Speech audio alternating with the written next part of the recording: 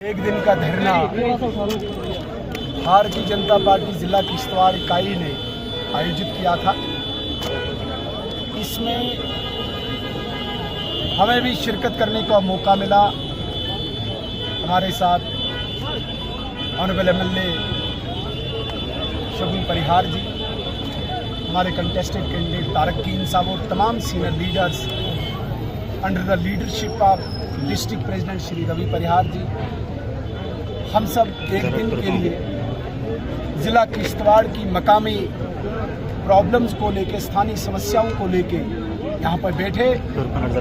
हमें लगा कि एक लंबा समय हमने सरकार को दिया है। हमें जो उम्मीदें थी सरकार से कि एक कॉमन आदमी के लिए, एक गरीब आदमी के लिए यहाँ की सरकार गवर्नेंस का कोई ऐसा मैकेनिज्म देगी जिससे गरीब को सहूलियत मिलेगी, पानी बिजली में, सड़क स्कूल में, अस्पताल में, राशन में। लेकिन हर मोर्चे पे अभी तक जम्मू कश्मीर की सरकार विफल रही है और इसका जिम्मा जम्मू कश्मीर के चीफ मिनिस्टर उमर अब्दुल्ला साहब पर है, जिन्होंने बहुत बड़े ख्वाब दिखाए थे, बड़े बड़े वादे किए थे। आज यहाँ की जनता उनके वादों को तो दरकिनार करते हुए अपनी बेसिक एमिनिटीज, मौलिक सुविधाओं के लिए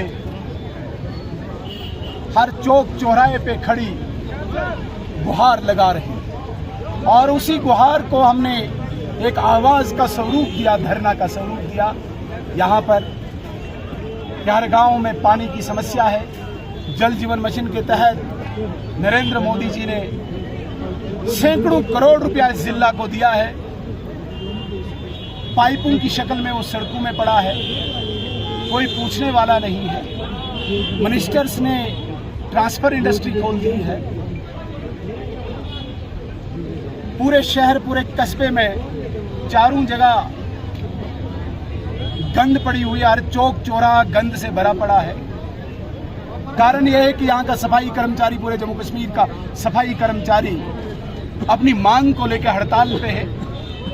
उनसे बात करने को कोई राजी नहीं है। तो इन्हीं समस्याओं के लिए हमने आज एक दिन का धरना, विशाल धरना यहाँ पे दिया। एक सांकेतिक धरना था। मैंने अपनी स्पीच में भी कहा कि 7-8 महीने हमने उम्र सरकार को दिए थे, एक कूलिंग पीरियड, हनीमून पीरियड दिया था।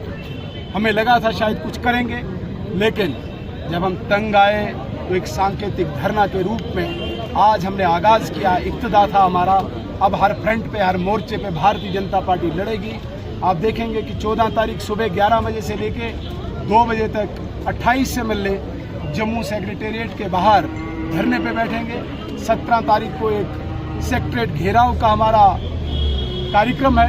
तो ऐसी श्रृंखला रहेगी। हम लोगों की आवाज़ बुलंद करेंगे, लोगों की समस्याओं की लड़ाई के लिए हम किसी भी हद तक जाएंगे, जिसका आगाज़ आज किश्तवाड़ में आपने देखा और ये धरना का आज का ही मकसद है। सर, 13 जुलाई की बात करें तो योम शोरा को लेके जो है नेशनल कॉन्फ्रेंस फिर कहीं ना कहीं आवाज़ उठा रही है कि 13 जुलाई को जो है वो छुट्टी। आपने शायद असेंबली सेशन में एज लीडर ऑफ अपोजिशन मेरी स्पीच सुनी होगी। मैंने योम शोरा को ट्रेटर्स कहा था और on the floor of the assembly ये मैंने रिकॉर्ड में दर्ज किया था कि वो ट्रेटर्स थे। उन्होंने तब के महाराजा के विरुद्ध एक द्रोह छेड़ा था। उन्होंने तब के महाराजा के विरुद्ध एक लड़ाई छेड़ी थी। कश्मीरी पंडितों की दुकानें लूटी, उनका नरसंहार किया और उसके बाद पुलिस फायरिंग में जो लोग मारे गए, आज तक नेशनल कॉन्फ्रेंस ने उनको शहीद का दर्जा दिया था। 370 हटने के बाद जहाँ पे अलगाववादी, आतंकवादी, पत्थरबाज ठिकाने लगे, वहाँ पे उन सो कॉल्ड शहीदों को भी गद्दार का एक तमगा मिला है। हम उन्हें गद्दार मानते हैं। नेशनल कॉन्फ्रेंस में दोबारा कहूँगा, प्रोवोकेटिव एक पॉलिटिक्स करने की कोशिश करती है।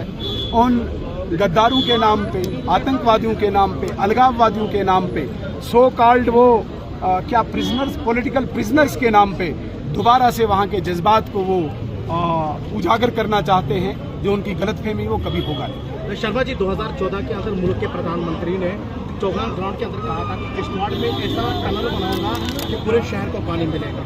उमर सरकार को गाड़ी में, उमर खानदान को गाड़ी में बिठाकर शहर को पानी देगा। उमर सरकार ने नई गाड़ियां भी खरीदी हैं, सब कुछ खरीदा है, और वो टनल अभी तक नहीं मिला। शहर तौसीफ भाई, आपने शायद मेरी स्पीच नहीं सुनी। मैंने कहा कि रतननाग मल्टीपर्पज़ टनल, जिसका एज ए पावर मिनिस्टर मैंने टेंडर निकाला था 14 जून 2018 को। आप पीडीसी की वेबसाइट पे जाए, वो रतननाग के लिए जो पैसा आया था वो कहाँ से आया?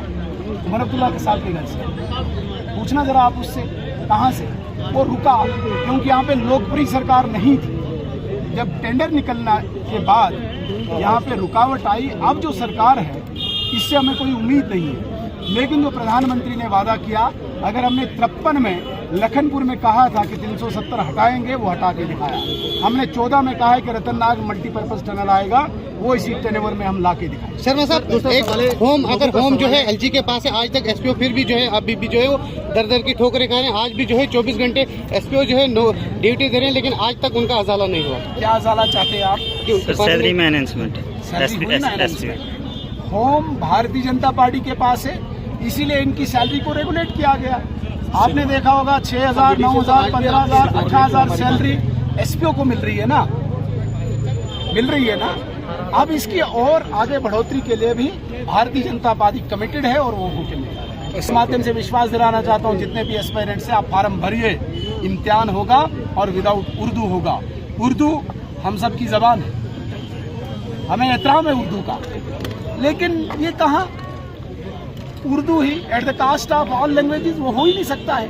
उर्दू भी हमारी जबान है, हिंदी भी है, इंग्लिश भी है। अब वैसे भी जम्मू कश्मीर के रेवेन्यू रिकॉर्ड की पासबुक 3 लैंग्वेजेस में आपको मिलती है, तो ये जबरदस्ती उर्दू किसी मजहब की जबान है? एक पॉलिटिकल पार्टी कहती है नहीं वो मुस्लिमों की जबान है। किसने कहा?